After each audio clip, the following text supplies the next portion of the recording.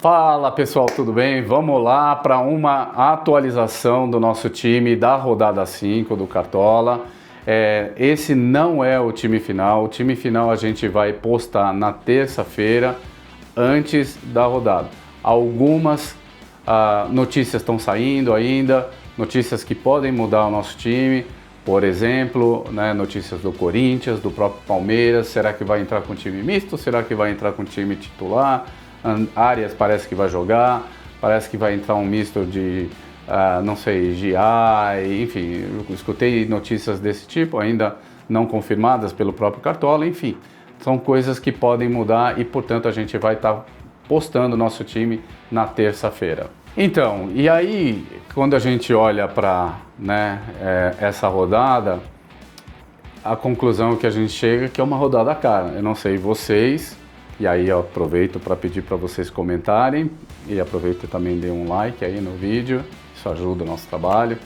Mas assim, apesar de ter uma quantidade de cartoletas razoável comparado com a média, a minha dificuldade foi enorme, até cara, parece que às vezes faltava um centavo para eu poder botar o jogador que eu queria e não conseguia às vezes por centavos, né? Então isso traz a mensagem que é importante, que a valorização continua sendo importante. Até porque, se eu pensasse no time ideal, eu não conseguiria fazer o meu time ideal e acho que a maioria de vocês também não. Aproveitem e botem aí, se quiserem comentar quantas cartoletas cada um de vocês tem. Acho que é legal até para entender em que nível mais ou menos o público está. Estamos mais ou menos igual? Ou vocês estão para baixo, ou estão muito para cima? Acho que isso é legal entender também, E é isso, pessoal. Então, assim, quando pensei no time, tentei equilibrar a média básica com jogadores que eu via que são aqueles 880, Caras que ou imitam, fazem 2 gols, ou partidas que os caras não fazem absolutamente nada, não constroem média básica. Então, fazer esse equilíbrio foi um pouco da tônica nessas análises no time que eu vou falar para vocês. Então, assim, complicadíssimo. Vamos lá. Vou começar pelo goleiro. Goleiro, tô indo com o Everton. O Everton é um goleiro barato, relativamente barato, precisa de pouco para valorizar. E analisando um pouco o Red Bull, ele é um time que não faz muitos gols. Então o Grêmio joga em casa e por essa razão, e até pensando na valorização também, estou entrando com o Everton. Para as laterais eu vou entrar primeiro, Lucas Ramon do São Paulo. É um jogo favorável, é um jogo contra uma Chapecoense em casa. Lembre-se, em casa não significa Morumbis, em casa vai ser o Canindé. Tem alguma diferença? Tem, e foi analisado, foi pesado isso inclusive dentro da minha análise, mas é um jogador que está barato, muita gente inclusive vai com ele, Ele precisa de pouco para valorizar e acho que para o orçamento ele tem um custo-benefício interessante. Tem potencial inclusive de assistência, de um cruzamento, eventualmente para um jogo que eu acredito que possa sair bastante gols ou acima de 2 gols, é isso que eu acredito. No caso do Mateuzinho, que é a minha segunda escolha, do Corinthians, o Corinthians também joga em casa contra um Coxa, O Corinthians está bem no campeonato, O Corinthians é muito forte em casa. Mateuzinho não é barato do ponto de vista de cartoleta, mas eu acho que tem um potencial alto, E acho que tem condições de valorizar, até porque ele precisa de 5 e pouco para valorizar ainda, ou seja, bem viável, factível, acho que é bem possível, Se garantir o saldo de gols, e ele é um cara que apoia bastante e tem presença no ataque, acho interessante escolha, assim como o Bidu, acho que era uma outra escolha importante. Então eu acabei optando por uma questão de cartoleta, o Mateuzinho, apesar de entender que até um Bidu tivesse até mais oportunidades analisando o jogo em si, Mas por uma questão de orçamento e tentando economizar tudo que é possível mantendo um nível de pontuação boa e acreditando no saldo de gols e na valorização ao mesmo tempo, vou entrar com o Mateuzinho.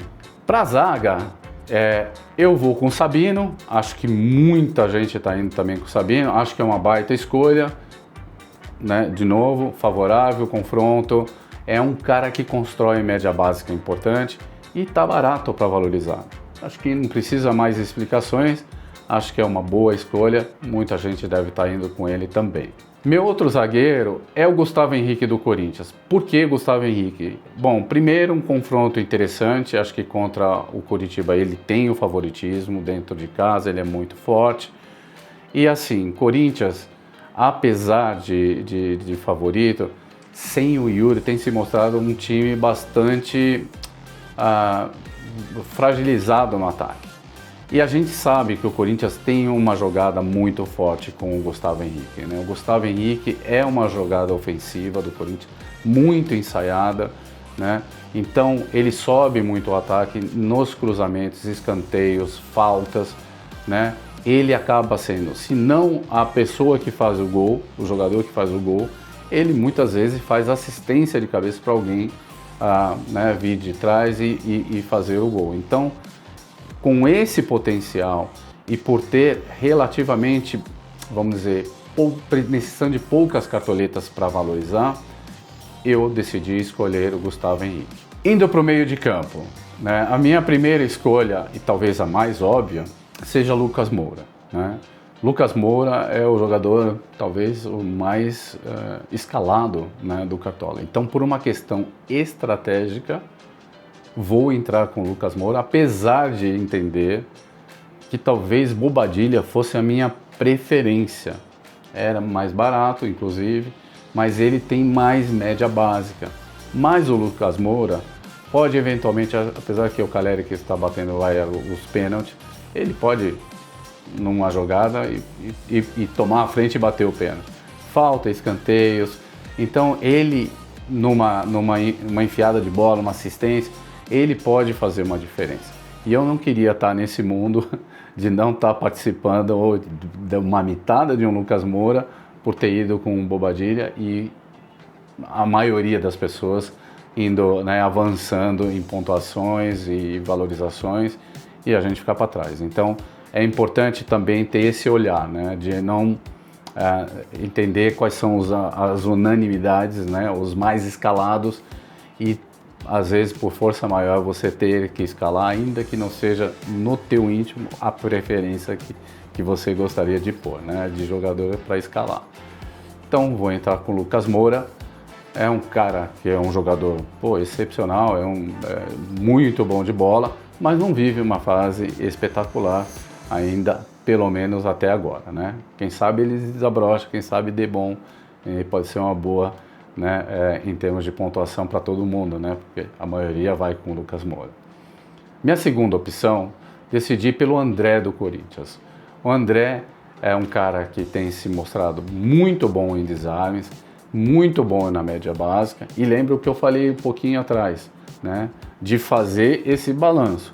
Acho que é importante, porque Lucas Moura é um jogador que para mim é o 8,80 pela fase que está vivendo, mas tem um confronto muito interessante, que é com uma Chapecoense, que faz muitos gols também, né, vai muito ao ataque, e pode ser que aí abra espaços importantes para fazer, né, um bom placar. E o André é o cara que faz a média básica, ele tem muita força na média básica, joga um pouco até avançado pela esquerda, às vezes se atreve a dar chutes ao gol, mas olhando, né, a característica dele, né, tomara que a escolha seja boa, mas o potencial dele realmente tem sido nos desarmes. É um cara que desarma muito, né? E por essa razão, acho que pode ser um confronto interessante, né? Principalmente ali no meio de campo, né? Ter essa oportunidade de fazer alguns desarmes e pontuar bem, pelo menos para manter uma média entre 5, 6, que sabe mais, né? Minha terceira opção é o Arrascaeta, né? Arrascaeta seria minha aposta. Fábio, uma aposta no Arrascaeta, você está louco? Arrascaeta é um monstro. Sim, mas a realidade, pelo menos até o momento, é que fisicamente vem devendo, não vem jogando muito bem, e a gente viu e vem acompanhando alguns dos jogos dele, realmente está um pouco atrasado nessa preparação física, né? Jogaram em dezembro, enfim, e o Flamengo adotou uma filosofia de preparação um pouco atrasada das demais equipes, e isso repercutiu na performance do Arrascaeta. Mas é um jogo, né, onde as duas equipes têm bons valores, né? Tem do outro lado Caio Jorge, Matheus, você tem Kaique Bruno, que no passado vinha muito bem, nesse ano nada, vem sofrendo muitos gols. E lembre-se, assim, o Cruzeiro não vai jogar com o seu goleiro titular, então vai entrar um goleiro reserva e obviamente pelo jogador que é o Arrascaeta, com assistência, gols, faltas, eventualmente um pênalti, né? Tá ele, Jorginho, pode realmente ele bater pênalti. Acho uma aposta, vamos dizer, calculada, né? Ainda que eu entenda pelo preço que é, né? E tudo, é um cara que vai precisar de umas 8 cartoletas para valorizar, não tá barato, custa 18 e tralalá. Então, assim, é uma aposta, por isso a importância de balancear os jogadores que podem valorizar, né, com ele, apesar de achar que ele tem potencial até para mais do que os 8 que ele precisa aí para valorizar. Agora, você vai me perguntar, e o Garro? Você não vai botar o Garro? Fábio, que tá louco, né? Não vai botar o Garro. O Garro tem vindo bem, tem entregado pontos, né? Vai ser um dos mais escalados. Mas é isso, né? Eu, obviamente, né, um Arrascaeta, eu acho que tem o mesmo peso, tem a mesma, digamos, né, potencial, né? O Corinthians, ele ressente muito, né? Às vezes, por não ter esse ataque produtivo, Depay e Guinegão, cara, fica até complicado de fazer assistências não tem uma mesma movimentação que o Yuri, a gente sabe disso. O Yuri amanhã entrando, posso mudar, posso reavaliar essa situação, mas quando eu falo de equilíbrio, eu já estou entrando com o André, né? Talvez eu preferisse muito mais o Garro do que o Lucas Moura pela fase, mas não dá para não entrar também com um do São Paulo. Então, como eu vou entrar já com o André do Corinthians, o Lucas Moura, e fiz a opção aí pelo Arrascaeta como uma terceira opção. Mas quem for com Garro, acho uma baita opção. Vamos dizer, é uma opção muito válida também. Para o ataque, o meu primeiro atacante é o Carlos Vinícius do Grêmio, né? Por que eu estou entrando com o Carlos Vinícius? Primeiro, é um grande fazedor de gols, né? Carlos Vinícius é o tipo de jogador que ou ele passa em branco, porque ele não tem tanta média básica, é um cara que fica muito ali na área, né? Depende dos cruzamentos, das enfiadas de bola, eventualmente pode até fazer uma assistência, mas ele, em termos de média básica, ele não é esse cara, claríssimo.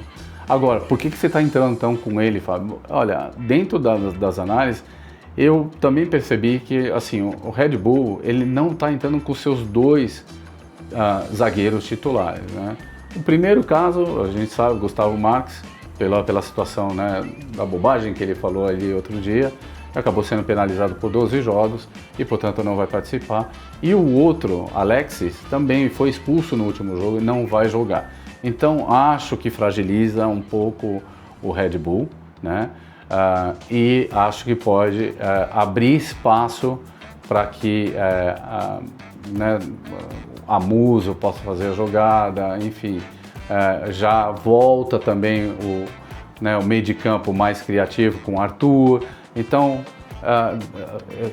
tem um outro peso, tem uma outra dinâmica que pode ser que seja uma aposta boa, mas é o cara que tem 8,80, vamos apostar e torcer que ele realmente desempenhe bem nessa partida. Meu segundo atacante, eu vou entrar com o Pedro, né? O Pedro, né, eu acho... Primeiro tentei fazer um combo, que eu acho que é sempre muito interessante, pensar nisso também, né, do Arrascaeta junto com o Pedro, né? O Pedro, né, veio, né, recentemente de uma partida excepcional, fez 4 gols contra o Madureira. Mas Madureira, Fábio, pô, não é a mesma coisa. Eu sei que não, mas eu acho que ele primeiro é um craque de bola, é um cara muito bom tecnicamente e é um cara que se movimenta, né? É espetacular na média básica? Não, não é isso. Mas ele tem um pouco dessa característica também de fazer um pouco da média básica, né? Eu acho que ele tem uma movimentação, ele é menos estático, como por exemplo o Carlos Vinícius.